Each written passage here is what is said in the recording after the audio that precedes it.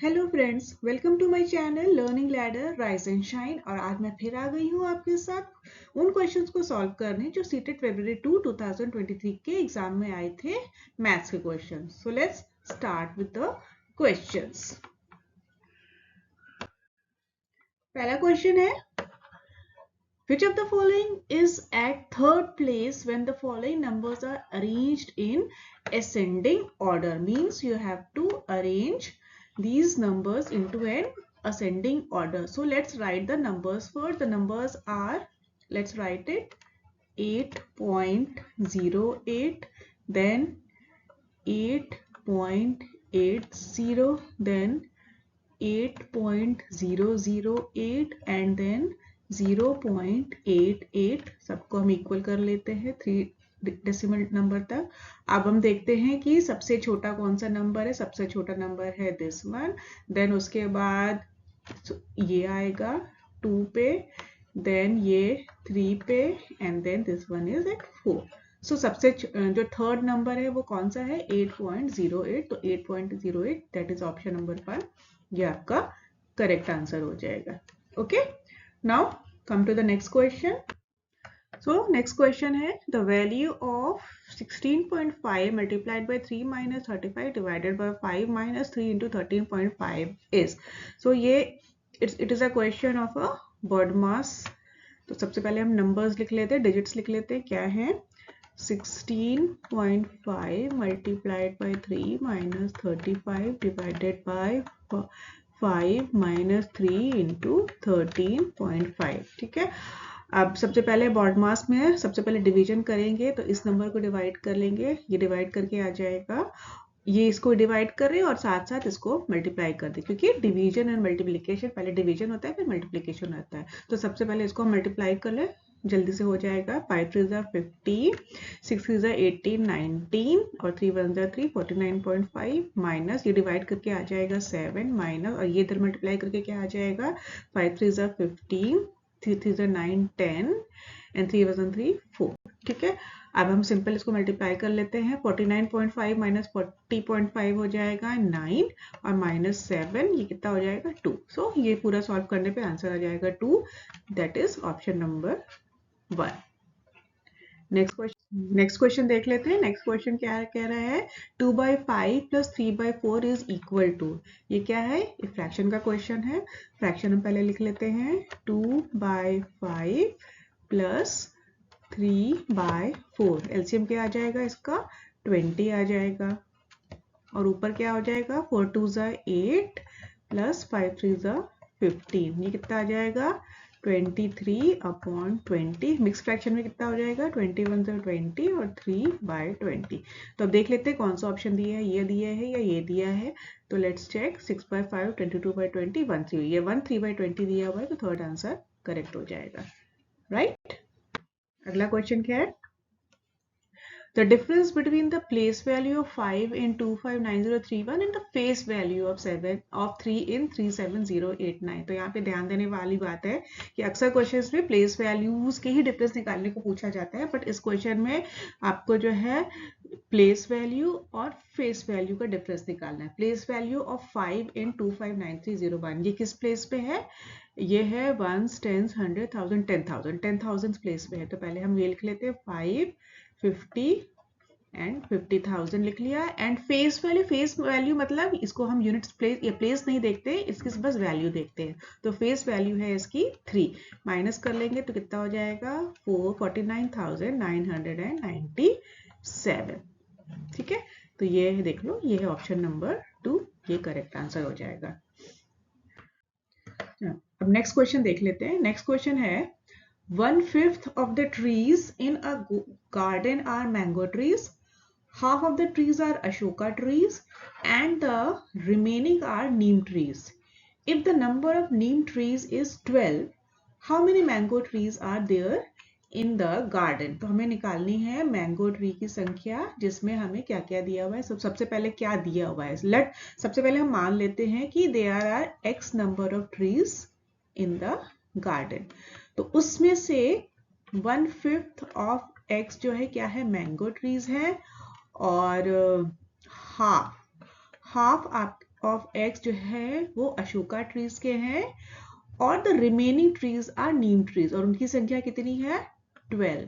ठीक है, तो इन ये तीनों का सम किसके बराबर होना चाहिए, नंबर ऑफ ट्रीज के बराबर। नंबर ऑफ ट्रीज कितने हैं, एक्स है। तो अब इस इक्वेशन को पहले हम सॉल्व कर लेते हैं, फिर हम निकालेंगे कि 1/5 of total number of trees कितने होंगे जो कि मैंगो ट्रीज की संख्या में निकालनी है। तो पहले हम इनको इस इक्वेशन को सॉल्व कर लें। नीचे एलसीएम हो जाएगा 10 और ये हो जाएगा 2x plus 5x plus 120 is equal to x। फिर ये हो जाएगा 7x plus 120 is equal to 10x। ये फिर ये जाएगा 120 इज इक्वल टू 3x। तो x इज इक्वल टू कितना हो गया है 40। ठीक है, तो x जो है मतलब टोटल नंबर ऑफ ट्रीज निकल गए हैं 40। तो मैंगो ट्रीज कितने निकलेंगे, वो 1/5 था। तो 1/5 ऑफ 40 कितना हो गया 5 8। तो कितने निकल गए 8 जो है मैंगो ट्रीज हैं, मैंगो ट्रीज। अब ये देख ले, ये ऑप्शन नंबर 1 में 8 दिया हुआ है, सो ऑप्शन नंबर 1 सही आंसर है। ओके, तो नेक्स्ट क्वेश्चन है 3 brands of pens A, B and C are available in the packets of 5, 6 and 12। ठीक है, मतलब एक पेन जो है वो 5 के पैकेट्स में आता है, जो B पेन है वो 6 के पैकेट में आता है और जो C पेन है वो 12 के पैकेट्स में आता है। मतलब एक पैकेट में 5, 6 और 12 रेस्पेक्टिवली पेन होते हैं। If a shopkeeper wants to buy equal number of pens of each brand, what is the minimum number of packets of each brand he should buy? तो इस तरह के क्वेश्चन में हम सब हमेशा जो है निकालते हैं एलसीएम। तो क्या क्या नंबर है 5, 6 और 12 नंबर्स है, इसका एलसीएम निकालेंगे 2, 5, 2 3 are 6 and 2 6 are 12 and then 5, 1 3 6 and then 3 1 1 2। तो कितना हो जाएगा 5 2s are 10, 10 3s are 30 and 30 2s are 60। तो एलसीएम आ गया है 60। अब इसकी मदद से हम नंबर ऑफ पैकेट्स निकालेंगे कि ए के कितने आएंगे। तो ए के एक पैकेट में 5 आते हैं, तो कितने पैकेट्स उसको लेने पड़ेंगे 12। बी के एक पैकेट में आते हैं 6, तो बी के उसको लेने पड़ेंगे 10 पैकेट। और सी के एक पैकेट में आते हैं 12, तो उसको लेने पड़ेंगे 5। मतलब ए के लेने होंगे 12, बी के लेने होंगे 10 और सी के लेने होंगे 5। तो 12 10 5 ये ऑप्शन नंबर 1 में दिया हुआ है, तो ऑप्शन नंबर 1 आपका सही हो जाएगा। देख लीजिए A 12, B 10 and C 5। So this is the correct answer. Next question. The number of minutes in 20 days is equal to the number of seconds in hours. Hours में निकालना है। तो ये क्वेश्चन पिछली बार के February 2 के एग्जाम में भी आया था, February 4 के एग्जाम में भी आया था। तो इसको कैसे करना है, ये क्या कह रहा है the number of minutes in 20 days. तो एक दिन में पहले कितने मिनट होते हैं ये निकालना पड़ेगा। तो एक दिन में कितने घंटे होते हैं 24 घंटे होते हैं। ठीक है, एक घंटे में कितने मिनट्स होते हैं 60 मिनट होते हैं। तो जो एक दिन में कितने मिनट्स हो जाएंगे 24 इंटू 60 और 20 डेज में कितने मिनट्स हो जाएंगे 24 इंटू 60 इंटू 20। ये किसके बराबर होना चाहिए number of seconds in hour. अब सेकेंड को आवर्स के रिप्लेस में निकालना है। तब एक घंटे में कितने मिनट्स होते हैं 60 और एक मिनट में कितने सेकेंड्स होते हैं 60। तो एक आवर में कितने सेकेंड्स होंगे 60 इंटू 60। तो नंबर ऑफ तो एक दिन में कितने होंगे सॉरी कितने घंटे में वो वैल्यू इसके बराबर होना चाहिए हो जाएगी। तो इसको हम मान लेते हैं x। अब इन दोनों को हम इक्वल कर लेते हैं अब और निकाल ले देंगे कि x की वैल्यू क्या होगी 60 इंटू 60 इंटू एक्स। अब इसको हम सिंप्लीफाई कर लेंगे 60 कट गया और ये 23 ज़ा एंड ये 3 8 सा, ठीक है। तो ये x निकल गया आपका 8 आवर। सो 8 आवर्स है आपका ऑप्शन नंबर 4 पे। सो ऑप्शन नंबर 4 जो है आपका सही आंसर हो जाएगा।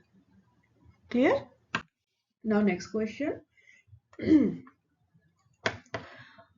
A shopkeeper mixed 5.1 kg of almonds, 1900 gram of raisins, 2.6 gram of cashews and packed the mixture equally into 4 dozen packets. What is the weight of each packet? ये भी question आपका एक एग्जाम में आ चुका है। तो इसके लिए पहले तो हम टोटल क्वांटिटी देख लें कि ड्राई फ्रूट्स कितनी होगी, और ये चूंकि जो है ग्राम से किलोग्राम्स में दिया है तो हम एक यूनिट में सारी वैल्यूज को कंप्लीट कन्वर्ट कर लेंगे। तो 5.1 kg कितना हो जाएगा?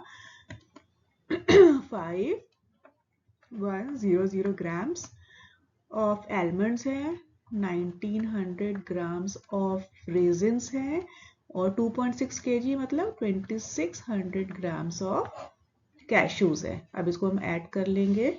ये आ जाएगा 0 0 9 6 15 16 5 6 7 8 9, ठीक है। अब कितने पैकेट्स बनाने हैं? 4 डजन्स। 4 डजन मतलब 4 into 12 दैट इज 48। तो उसको हम डिवाइड कर लेंगे 9600 को 48 से, तो 48 2 एंड तो 200 ग्राम्स का हर पैकेट बनेगा, ठीक है। और ये आपका ऑप्शन नंबर 1 पे। So option number 1 correct answer है। नेक्स्ट क्वेश्चन क्या कह रहा है?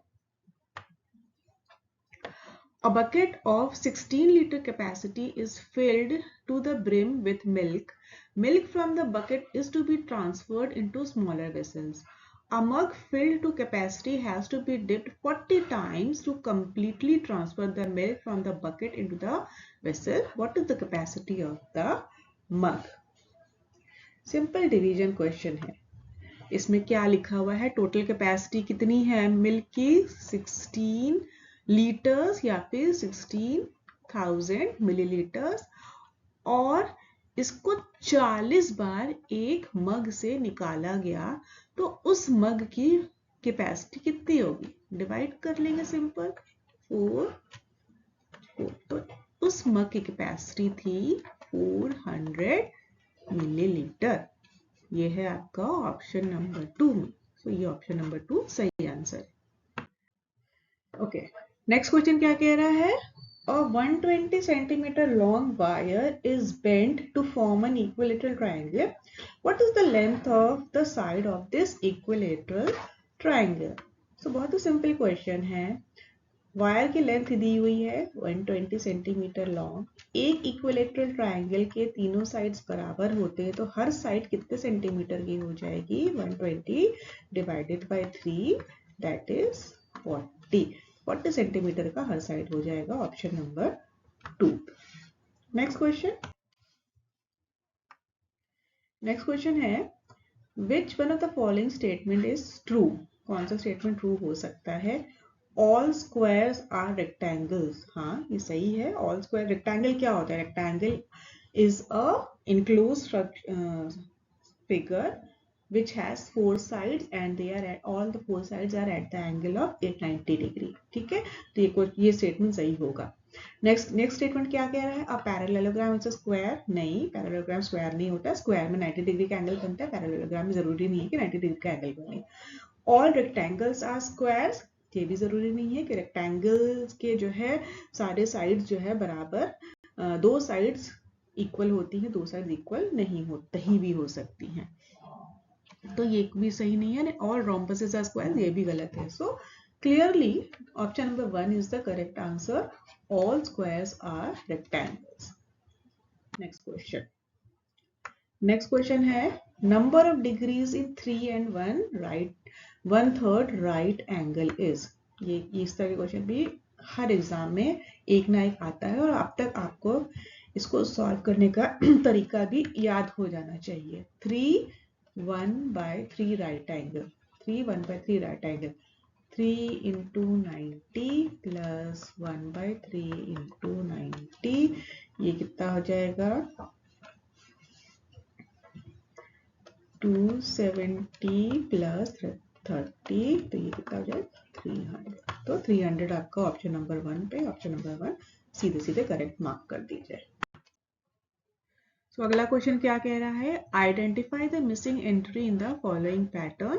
पैटर्न क्या है, 2, 4, 12, 48, 250 एंड द नेक्स्ट नंबर।